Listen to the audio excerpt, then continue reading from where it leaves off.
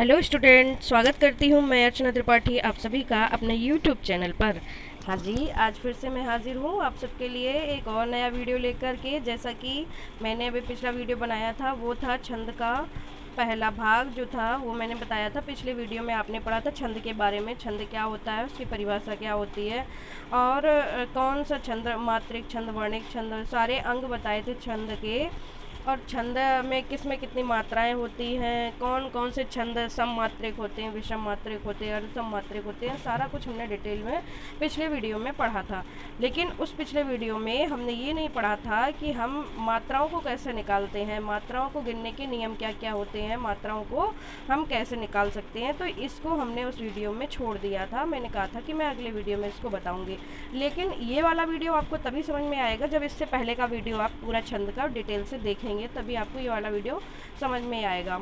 तो उसके लिए क्या है कि अगर आपने नहीं देखा है तो मैं इसका लिंक डिस्क्रिप्शन में दे दूँगी, आप वहाँ से जाके पहले वाली वीडियो को देख सकते हैं और समझ सकते हैं। तो आज का जो वीडियो है तो उसमें हम आपको सिर्फ ये बताने वाले हैं कि मात्राओं को गिनते कैसे हैं, मात्राओं को गिनने के नियम क्या क्या होते हैं, मात्राओं को कैसे निकालते हैं, चाहे दोहा हो, सोरठा हो, छंद हो, चौपाई हो। जैसे कि हमने ये याद कर लिया कि इसमें इतनी मात्राएं होती हैं, इसके इस चरण में इतनी मात्राएं होती हैं।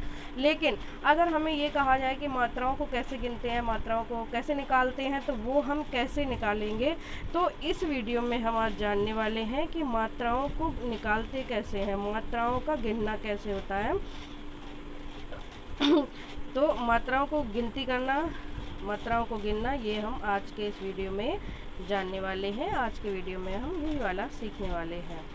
तो चलिए ठीक है, शुरू करते हैं आज का ये वीडियो और आज का ये टॉपिक।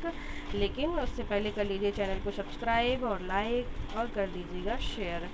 तो आइए देखते हैं कि मात्राओं को गिनने के नियम कौन कौन से होते हैं। हम मात्राओं को बिल्कुल सरल ढंग से कैसे निकाल सकते हैं जिसमें कि हमें कोई भी कठिनाई नहीं आएगी। बिल्कुल हम अच्छी तरीके से मात्राओं को भूलेंगे नहीं कि कैसे हमें निकालनी, कहाँ पर लघु आएगा, कहाँ पर गुरु आएगा, कहाँ दीर्घ आएगा, कहाँ हर्ष आएगा। तो इसमें कोई डाउट ना रह जाए, तो उसके लिए मैंने ये वाला वीडियो आज आपका बनाया है। तो आइए देखते हैं कि मात्राओं को गिनने के नियम क्या क्या होते हैं। तो सबसे पहले जान लेते हैं कि नियम क्या क्या होते हैं। तो देखिए, मात्राएं दो प्रकार की होती हैं, जैसे कि मैंने पिछले वीडियो में आपको बताया भी था। मात्राएं दो प्रकार की होती हैं, लघु और गुरु।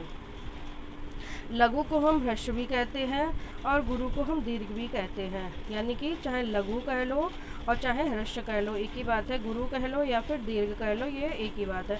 तो लघु, ह्रस्व यानी कि छोटी मात्राओं को कहते हैं, जो छोटी मात्राएं होती हैं उनको कहते हैं लघु और ह्रस्व। और जैसे गुरु और दीर्घ, ये बड़ी मात्राएं होती हैं। बड़ी मात्रा का मतलब ये होता है कि अगर कहीं पर लघु या ह्रस्व मात्रा आती है तो उसको हम एक में काउंट करेंगे, एक में उसको हम काउंट करेंगे। लेकिन जहाँ पर गुरु या दीर्घ मात्रा आती है तो उसका जो चिन्ह होता है वो ऐसे होता है, यानी कि इसको हम दो में काउंट करेंगे, दो की गिनती से हम इसको गिनेंगे। तो इसका जो चिन्ह होता है गुरु का वो ऐसा होता है, एस टाइप का होता है। जैसे हम इंग्लिश में एस बनाते हैं तो ऐसे इसका ये चिन्ह होता है, तो इसको हम बोलते हैं गुरु। अगर कहीं भी ऐसा किसी मात्रा को निकालने में कहीं भी ऐसा चिन्ह बन के आता है तो इसका मतलब हमें समझना चाहिए गुरु, अर्थात दो मात्राएं।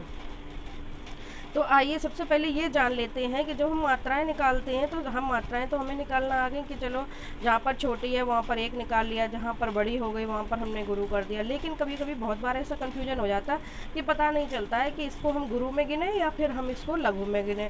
तो उस कन्फ्यूजन को दूर करने के लिए मैंने ये देखिएगा लिख दिया है कि लघु में कौन कौन सी मात्राएँ आती हैं। तो लघु में छोटा आ, छोटी ई, छोटा ऊ और चंद्र बिंदु, ये वाली चंद्र बिंदु और ऋषि, ये अगर इतनी आ जाए तो इसका मतलब ये है कि इसको आपको सिर्फ एक में ही काउंट करना है, यानी कि इसकी जो गिनती है वो एक में होगी, लघु में होगी। इसके बाद आ जाए गुरु में। तो गुरु में, गुरु का मतलब ये होता है दीर्घ, दीर्घ का मतलब होता है बड़ा। तो इसका मतलब है कि जैसे बड़ा आ, बड़ी ई, बड़ा ऊ, ए, ऐ, ओ, औ, अंग और आहा, ये जो सारी मात्राएं हैं ये आपकी गुरु में आती हैं। अगर कहीं भी अंग, आहा, ओ, औ, ए, ऐ या बड़ी ई, बड़ा आ, बड़ा ऊ, जहाँ भी ये वाले स्वर आ जाएं, ये वाली मात्राएं आ जाएं, तो आप ये समझ लीजिए कि इसका जो चिन्ह होगा वो ये वाला होगा, यानी कि इसको हम दो में काउंट करेंगे, दो की गिनती हम इसमें गिनेंगे। तो अनुस्वार युक्त वर्ण यानी कि अंग आहा, जैसे कि है अनुस्वार युक्त वर्ण और विसर्ग युक्त वर्ण, तो ये भी इसी में आते हैं। जैसे अंक की बिंदी जो है ये हम हमेशा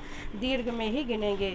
विसर्ग युक्त जैसे अंततः लिखा है, तो जो ये आहा की है, आहा की दो विसर्गें जो ये लगी हैं ये वाली दोनों, तो इनको हम हमेशा दीर्घ में ही गिनेंगे।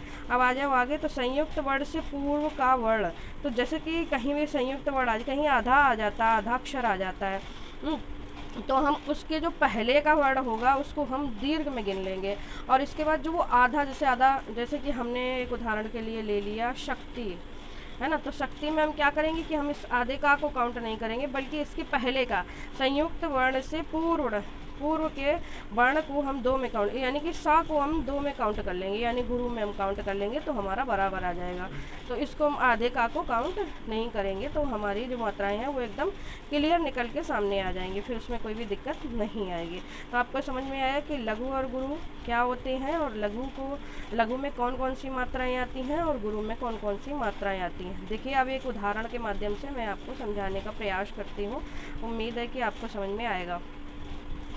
देखिए, मेरी भव बाधा, और मैंने एक ऐसे ही इसमें लिख दिया है, ये दोहा लिख दिया है कि मेरी भव बाधा हरो राधा नागर सोए, या तन की झाई पर श्याम हरित दुत होए।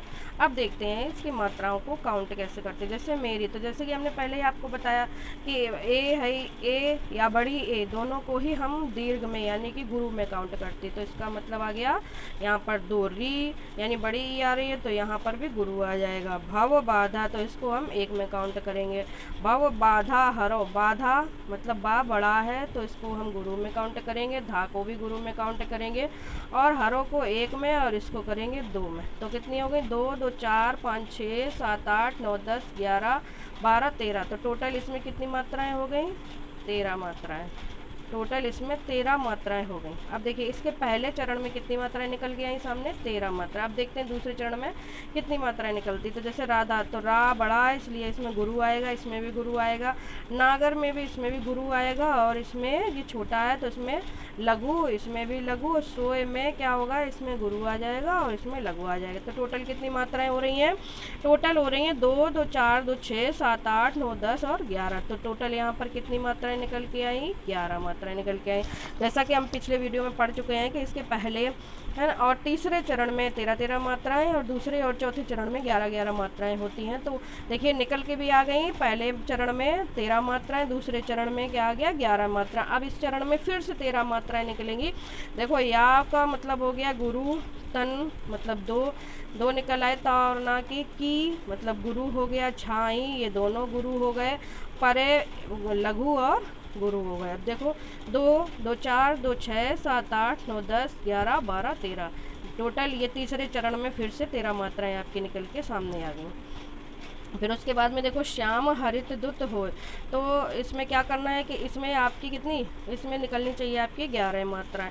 तो देखिएगा, श्याम हरित दुत हो, तो यानी कि श्याम हरित दुत होए, कितनी मात्राएं हो गई, 1 3 4 5 6 7 8 9 10 11। जैसा कि हमने आपको बताया था आधे अक्षर को काउंट नहीं करते हैं, तो ऐसे ही यहाँ पे हमने गुरु आ गया, या का गुरु आ गया, और माँ को जो है माँ का दूसरा, तो 3 हो गए, और 4 5 6 7 8 9 10 और 11। तो इसके आखिरी चरण में यानी कि 11 मात्राएं आ गई। तो आपने देखा कि पहले और तीसरे चरण में 13 मात्राएं, और दूसरे और चौथे चरण में 11 मात्राएं इसमें आ गई हैं।